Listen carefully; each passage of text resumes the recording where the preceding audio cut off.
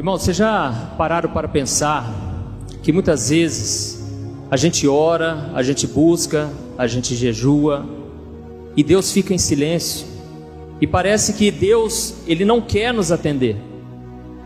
A sensação que eu tenho é que eu estou buscando e buscando e parece que Deus está gostando de ver que eu estou me voltando para Ele e Ele vai fazer questão de não me responder para que eu busque mais ainda a Ele, para que eu queira mais ainda o meu milagre. E nós vamos entender nessa noite por que Deus, Ele faz isso de verdade. Abre comigo Mateus 15, o versículo 21 ao versículo 28. Nós vamos ler a história dessa mulher e a aflição que ela estava passando. Você que está aqui hoje, talvez você está precisando de um milagre e tem que ser urgente e algo que é só Deus para resolver. Então vamos ouvir atentamente a palavra de Deus. Mateus 15, 21. Saindo daquele lugar, Jesus retirou-se para a região de Tiro e de Sidom. Uma mulher cananeia, natural dali, veio a ele gritando: Senhor, filho de Davi, tem misericórdia de mim. Minha filha está endemoniada e está sofrendo muito. Mas Jesus não lhe respondeu palavra. Então seus discípulos se aproximaram dele e pediram: manda-a embora, pois vem gritando atrás de nós. Ele respondeu: eu fui enviado apenas às ovelhas perdidas de Israel. A mulher veio, adorou-o de joelhos e disse: Senhor, ajuda-me. Ele respondeu: não é certo tirar o pão dos filhos e lançá-los aos cachorrinhos. Disse ela, porém: sim, Senhor, mas até os cachorrinhos comem das migalhas que caem da mesa dos seus donos. Jesus respondeu: mulher, grande é a sua fé, seja conforme você deseja. E naquele mesmo instante a sua filha foi curada. Amém? Glória a Deus. Irmãos, essa mulher, essa mãe, ela não sabia mais o que fazer. Estava totalmente desesperada porque a sua filha estava sendo escravizada por Satanás. A sua filha estava endemoniada, estava dando muito trabalho e consequentemente estava sofrendo muito. E aqui nós vemos uma coisa que os demônios existem, irmãos. Pessoas que hoje em dia não acreditam nisso, elas estão completamente erradas, porque quando a gente olha os jornais, os sites de notícias, são cada atrocidade que você pensa, não tem cabimento o ser humano fazer isso. Esses dias, há um tempo já, eu vi um moço dentro da cadeia dando entrevista, e ele falou: olha, eu não sei como eu vim parar aqui, só sei que ontem à noite eu tive uma discussão com a minha mulher, e a gente começou a beber, depois dali não vi mais nada. Irmãos, aquele homem estraçalhou a mulher dele, ele nem viu o que tinha acontecido, ou seja, o demônio entrou no corpo dele, sem ele perceber. E quantos pais, mães estão sofrendo agora, estão orando pelos filhos, porque estão presos nas drogas, estão sendo influenciados pelo mal, estão na desobediência, nos vícios, e essas pessoas, elas precisam da nossa oração. Nós precisamos clamar a Deus por elas, porque às vezes chega num ponto que elas não têm mais poder de sequer de escolher. Então, irmãos, nós precisamos entender quem é Satanás. A Bíblia diz que ele era um anjo de luz, ele era o mais belo entre todos, e ele adorava a Deus lá no céu. Mas um dia a soberba entrou no seu coração, o orgulho, e ele quis tomar o trono, o lugar de Deus. Então houve uma guerra, e a Bíblia diz que os anjos lutaram contra Satanás e os outros demônios, que na verdade eles eram anjos, né? Ainda, e eles lutaram ali no céu, e eles foram expulsos do céu, e junto com ele 1/3 dos anjos do céu foram caídos na terra. Por isso que se usa o termo anjos caídos. E eles então só têm um único propósito agora: se levantar contra a criação de Deus, tudo que Deus fez, blasfemar contra Deus. Por quê? Porque ele foi expulso, ele perdeu o seu posto lá no céu. Então hoje eles ficam vagando, como disse o apóstolo Pedro, agora eles estão vagando, rugindo como leão, procurando a quem possa devorar. É assim que ele tem feito. Ele não respeita, ele não quer saber se você já estudou muito da Bíblia, ele não quer saber se vocês frequentam a igreja, ele quer atrapalhar e destruir a vida de qualquer pessoa.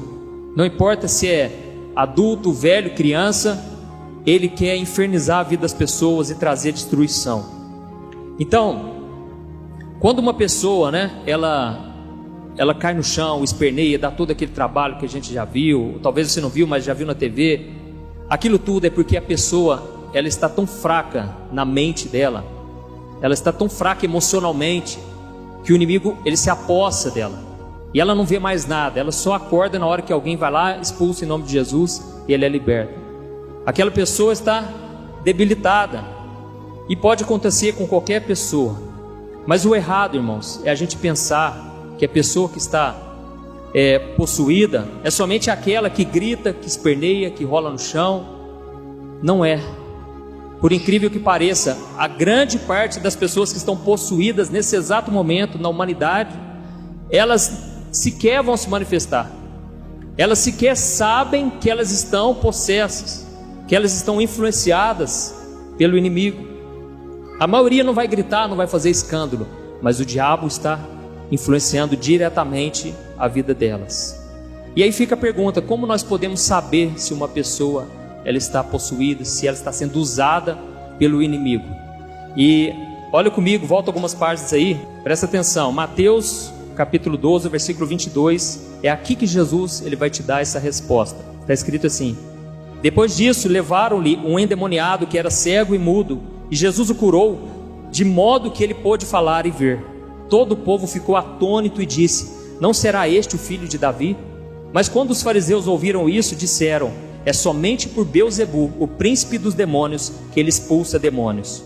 Jesus, conhecendo seus pensamentos, disse-lhes: todo reino dividido contra si mesmo será arruinado, e toda cidade ou casa dividida contra si mesma não subsistirá.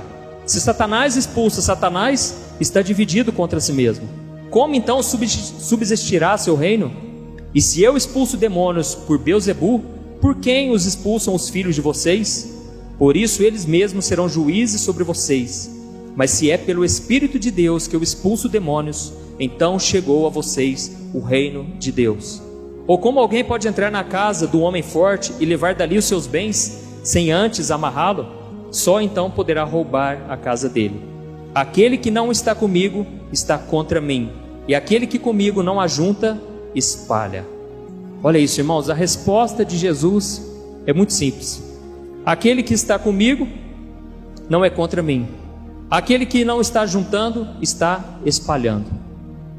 Jesus ele estava dizendo o seguinte: olha, no mundo espiritual não é possível a pessoa ficar no meio termo, não é possível a pessoa escolher ficar neutra, ou ela está do lado de Jesus ou está do lado do inimigo, mesmo que ela não tenha o conhecimento disso.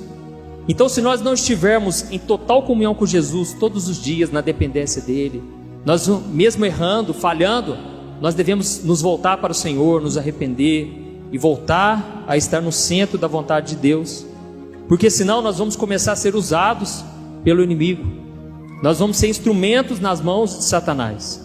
E tem muitas pessoas que são boas, bem intencionadas, mas elas estão sendo influenciadas pelo mal.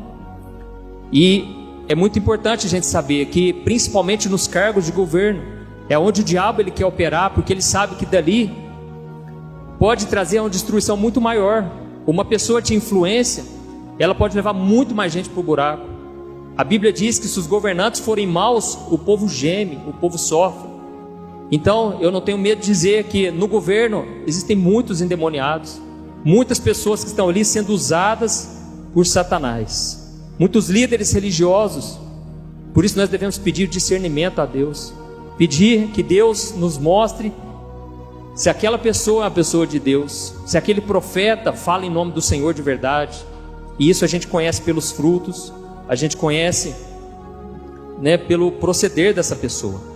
Então, irmãos, a única maneira de nós não sermos possuídos, usados pelo diabo, é nós estarmos possuídos por Jesus. Amém?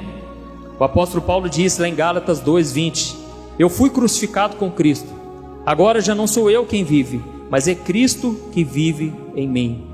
Ou seja, Jesus me tomou por inteiro, Ele está dentro do meu coração e não tem lugar para o mal, não existe lugar para as trevas no meu coração. E é aí que é a maior dificuldade nossa, porque a maioria começa bem, todos nós começamos bem na caminhada, nós somos usados por Deus, estamos realmente no propósito, a gente quer carregar a nossa cruz, mas o tempo vai passar. Uai, seu app de vídeos curtos.